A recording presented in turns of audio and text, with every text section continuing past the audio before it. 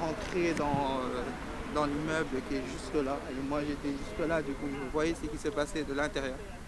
Et c'est assaillant qui a tiré 2 balles, au moins 2 reprises sur le monsieur au moment où j'étais là.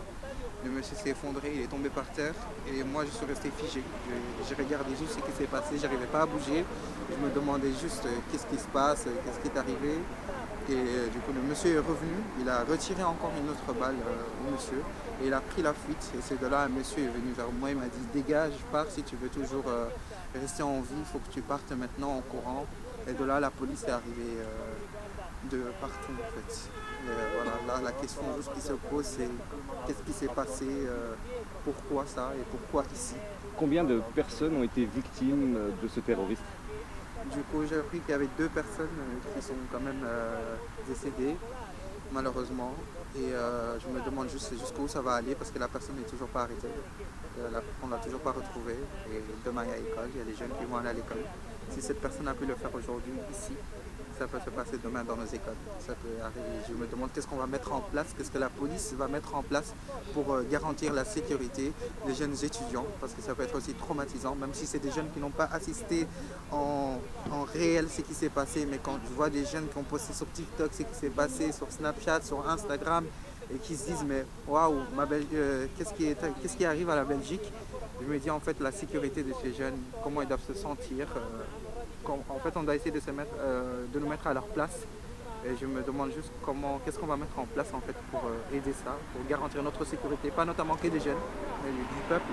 Qu'est-ce qu'on va mettre en place pour les aider, pour garantir la sécurité, pour apaiser cette douleur, parce que c'est vraiment une grosse douleur et ça réveille beaucoup de souvenirs, notamment de ce qui s'est passé en 2017 et tout le reste. C'est la question en fait qui se pose, c'est où va la Belgique? Alors, pour le terroriste, on voit une vidéo en tout cas où l'acte est filmé. Il est habillé en orange. Qu'est-ce qui se passe ensuite? Donc, est-ce que vous pouvez le décrire? Cette personne qui est arrivée en orange, du coup, comme je l'ai précisé précisément, j'étais posé juste là, vraiment au moment où il y avait la fourgonnette de police, juste là, et j'arrivais vraiment pas à bouger. Et je vois le gars, c'est comme s'il ciblait ces personnes, parce que dès que la personne est rentrée à l'intérieur, il est complètement rentré et il a subi cet acte abominable que je n'arrive juste pas à y croire jusqu'à maintenant. De là, il monte sur son scooter, un scooter de quelle couleur? Du coup, moi, quand il a pris la fuite, je n'ai pas fait attention dans quel scooter il est monté pour ne pas dire des erreurs. J'ai justement aussi pris la fuite comme le monsieur me l'a demandé. Et de là, les policiers, les forces de l'ordre sont arrivés. Vous avez vu la direction par laquelle il a pris la fuite? J'ai vu juste les policiers qui ont couru par là. Du coup, notamment, c'est sûrement par là que la scène a pris la fuite. Alors, vous parliez justement de la sécurité. Il y a certains médias notamment qui disent que les métros sont fermés. Nous, on a remarqué que le métro roulait, que les gens circulent, les bus circulent. Il y a comme une situation où, je veux dire, c'est pas la panique à Bruxelles. C'est quand même la panique, parce que j'ai eu différentes personnes quand ils ont vu les infos, leurs parents qui se réveillaient brutalement. J'ai eu beaucoup de parents qui m'ont appelé, notamment mes tantes qui se demandaient où j'étais, si j'étais encore dehors, et notamment parce qu'ils m'ont aussi vu dans les infos.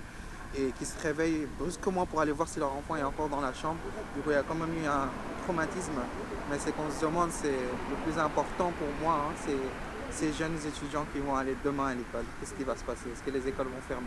Est-ce que, notamment, on va encore priver de ces jeunes l'apprentissage comme pendant le Covid, comme quand il y a eu le terrorisme avant aussi? Est-ce qu'on va encore bloquer des écoles? Est-ce qu'on va encore bloquer cet apprentissage pour les jeunes? Mais surtout la sécurité mentale de ces jeunes, parce qu'ils vont plus se sentir en sécurité en marchant dehors. Je peux avoir votre prénom? Béa Suleiman. D'accord. Donc, vous avez été témoin de quelque chose tout à l'heure? Effectivement, du coup, comme j'ai expliqué au précédent média, je suis arrivé du coup avec ma trottinette qui est juste là, qui est déposée derrière la fourgonnette de police. Et du coup, quand je suis arrivé là, en fait, j'ai entendu le premier coup de feu. Et j'ai pris ça un peu à la légère. Et puis, j'ai eu un couple qui est parti en courant. Du coup, qui fuyait justement par là en courant. Et je me suis demandé, mais qu'est-ce qui se passe? Et je voyais du coup une voiture blanche qui arrivait par là et qui accélérait direct. Et chaque voiture qui passait, elle accélérait. Je trouvais ça pas normal. Et c'est de là, j'ai vu l'assaillant qui est rentré dans le bâtiment. et qui a tiré 2 balles sur le monsieur qui est tombé, et je l'ai vu tomber parce que j'étais juste là à côté, je voyais tout ce qui se passait à l'intérieur et je suis resté juste figé, j'arrivais pas à bouger, j'en tremble même encore de ce qui s'est passé. Et le monsieur est revenu, il a retiré encore une autre balle et il est sorti.